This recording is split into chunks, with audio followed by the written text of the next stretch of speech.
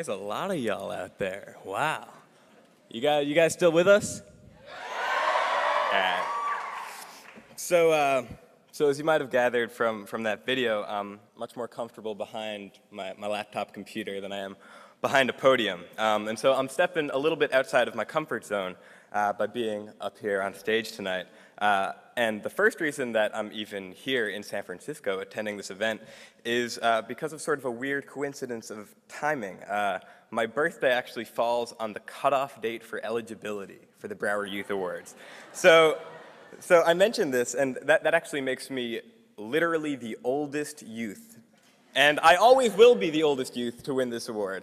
So I think that's a kind of ridiculous title, to be the oldest young person. So I'm embracing it. These guys up front, they're all calling me Gramps. I love it. It's awesome. But I mentioned this because I worked on Step It Up with an incredible team, and you saw some of them on the screen. And they're all much more comfortable with speeches and stuff than I am, but none of them were actually young enough to apply for this award. So here I am.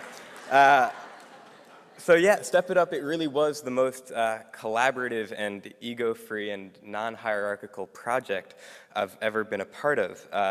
And I think that's why it worked, and I think that's also why it feels so strange to be up here by myself.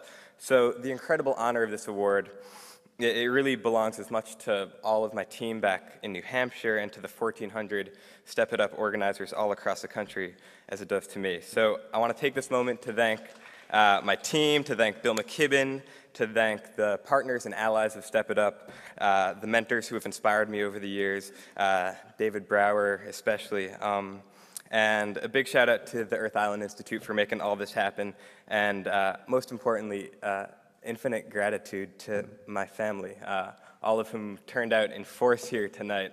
So, big shout out to all of them.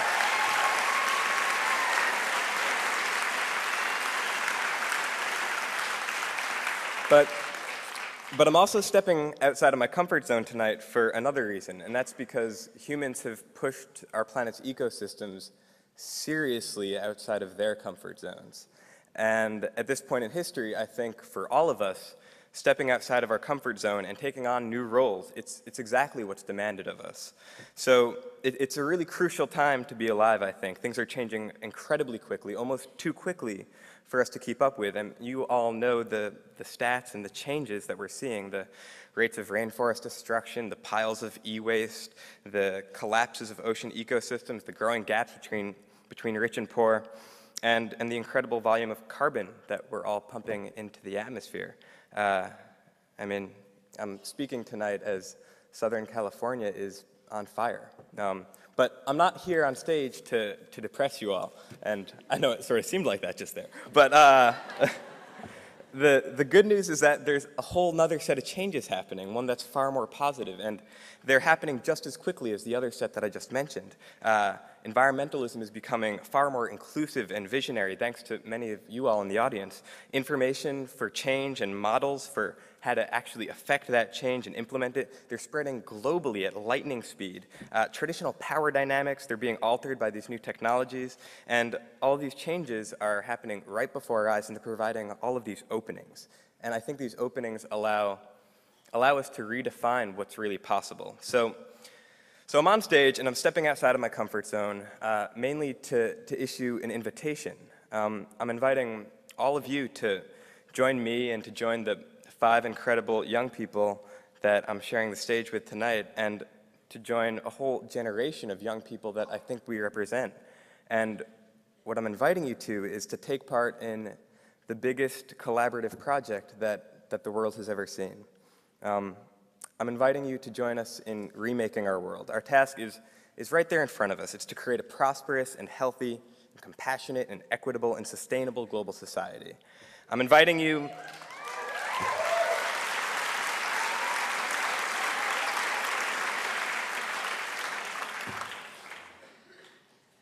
all of you guys to step outside of your own comfort zones, to question your assumptions about how to change the world so that together we can all collectively redefine what's possible. And I really believe that we're only going to get one chance, we're only going to get one shot at it, and that there's really no time to lose. So let's get to work, eh? Thank you.